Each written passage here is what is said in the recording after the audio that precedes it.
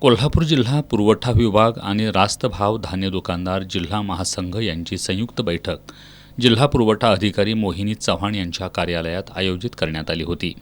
या बैठकीत राज्यभर सुरू असलेल्या केवायसीचा तालुकानिहाय आढावा घेण्यात आला. जिल्ह्यात 6,40,000 ई-केवायसी होणं अद्याप बाकी आहे. त्यामुळे लोकांना जागरूक करून 30 एप्रिलपर्यंत या केवायसी पूर्ण करण्यात याव्यात, अशी सूचना रेशन दुकानदारांना देण्यात आल्या. ई-केवायसी करत असताना पॉज मशीनची तांत्रिक अडचणीबरोबरच लहान मुलं, वयोवृद्ध नागरिक आणि शारीरिक कष्टाचे काम करणारे कारागीर यांचे अंगठे घेताना अडचणी येत आहेत.